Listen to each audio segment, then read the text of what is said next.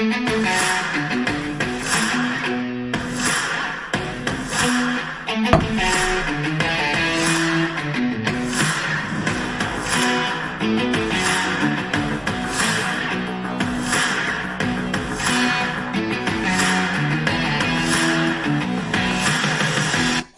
right, good morning, everyone. I got no commentary other than the world is an incredible place and we live in the greatest time in history.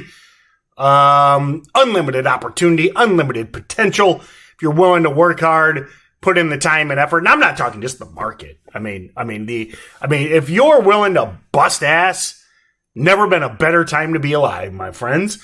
So I'll say I got more for the daily briefing. BIMI hide. So anyway, let's get to work. There's like 5,000 stocks. What did Bimmy just drop some news? Of course, Bimmy probably has some news. Acquired Chongqing Guitan Hospital. Yeah. 6 million float, baby. So anyway, just another in a sea of amazing potential low float runners. So, all right, let me get to questions. I don't even know where to begin. All right, let me get my Evernote set up. Pre-market live stream. It is the 23rd, right? 2020. Bimmy, dip and rip all day. This spiked as recently as Monday, right? 19th. That was Monday, right? Yep. So this is the recipe for a Friday squeezer. They know how to play the game. And when I say they know how to play the game, there's a reason. I mean, these guys know what they're doing. There's a reason they drop a PR on a Friday, after holding up all week. So, way to play the game, boys. Love the Friday morning short fry PR.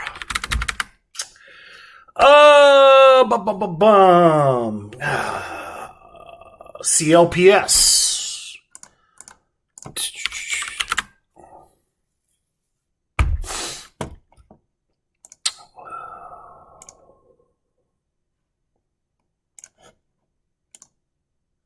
It's a nice breakout over 450. It's an earnings winner too. Ah! Why does every time I bring up a stock, it just explodes? Are all you guys I know we're really growing these things, but are you guys just buying every stock I bring up? Anyway, CLPS earnings winner. Earnings winner. Nice breakout. Over 450. Afternoon VWAP hold.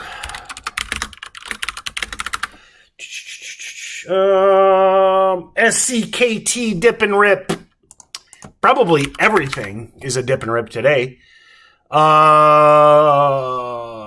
Earnings winner. Another one. And Socket Mobile. What do these guys do? Socket Mobile. I like the name. I like mobile. Mobile barcode scanners. Barcode scanners. Oh my God. If this is the stock to go insane today, barcode scanners. Is it like 1989? Oh, God. But yeah, listen. 4 million float, 16 million shares traded. It's basically a 52-week high. It has a history of running. It's all there. It's all there, man. And here's the thing. The dumber the business, remember, the dip and rip, and I say this every day, you're probably sick of it. The dip and rip is designed for the shittiest stocks. Whoops. I'm supposed to keep it PG. The worst stocks. And barcode scanners. Love the earnings and volume and float. If I had to root for a stock, it's SCKT. Nothing would be more 2020 than a barcode scanner company going to freaking $10 or something. Hello from Belgium. Awesome.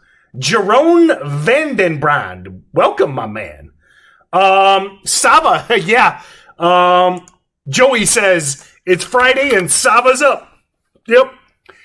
I mean, man, love an 1150 break on Saba. They had news last night. Oh my god. How do you even build a watch list?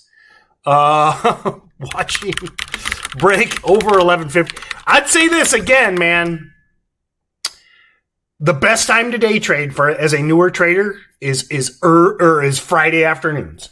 So if you're overwhelmed today, which I don't blame you one bit, if you're overwhelmed today, nothing wrong with waiting till the afternoon. Yeah. Random Randall says it best. Barcode scanners, 2020 in a nutshell. I agree. EVK is back. Had a killer plan on EVK. Just a review from yesterday. I mean, let me jump to the to the multi-day and show you. So EVK, beautiful yesterday. Exactly what we look for. I mean, look at that. That 10 or 11 a.m. move. So here's the thing, and not to skim over it too quickly, but what's my thoughts on EVK? Identical to yesterday. I mean, look at that 450 break at 11 a.m.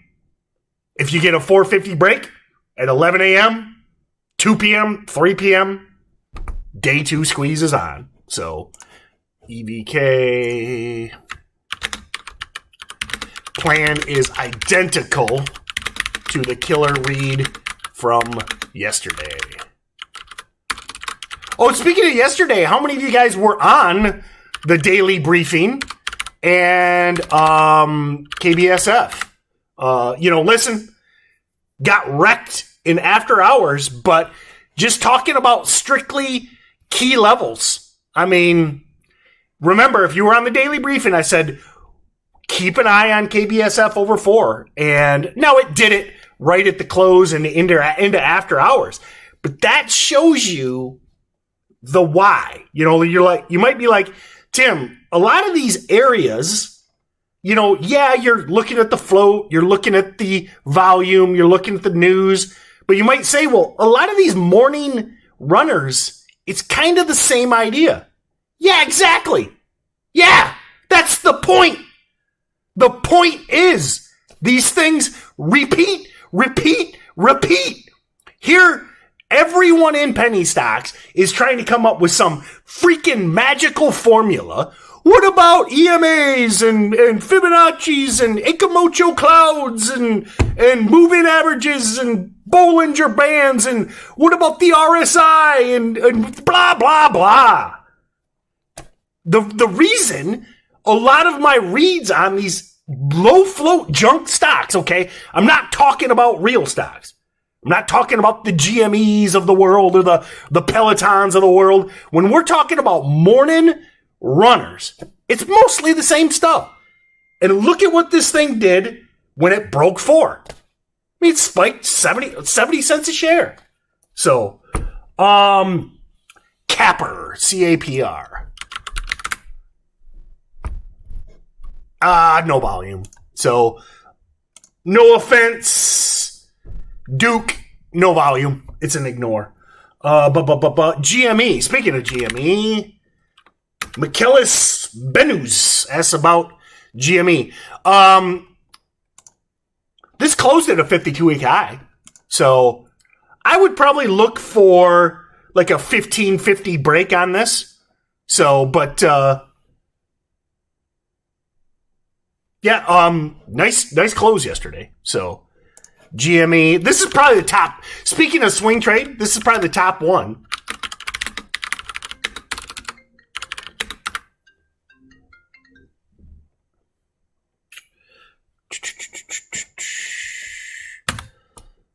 All right. I'm gonna run, guys. My son has just called me twice. He knows not to call me right now. So I'm gonna bail a little early.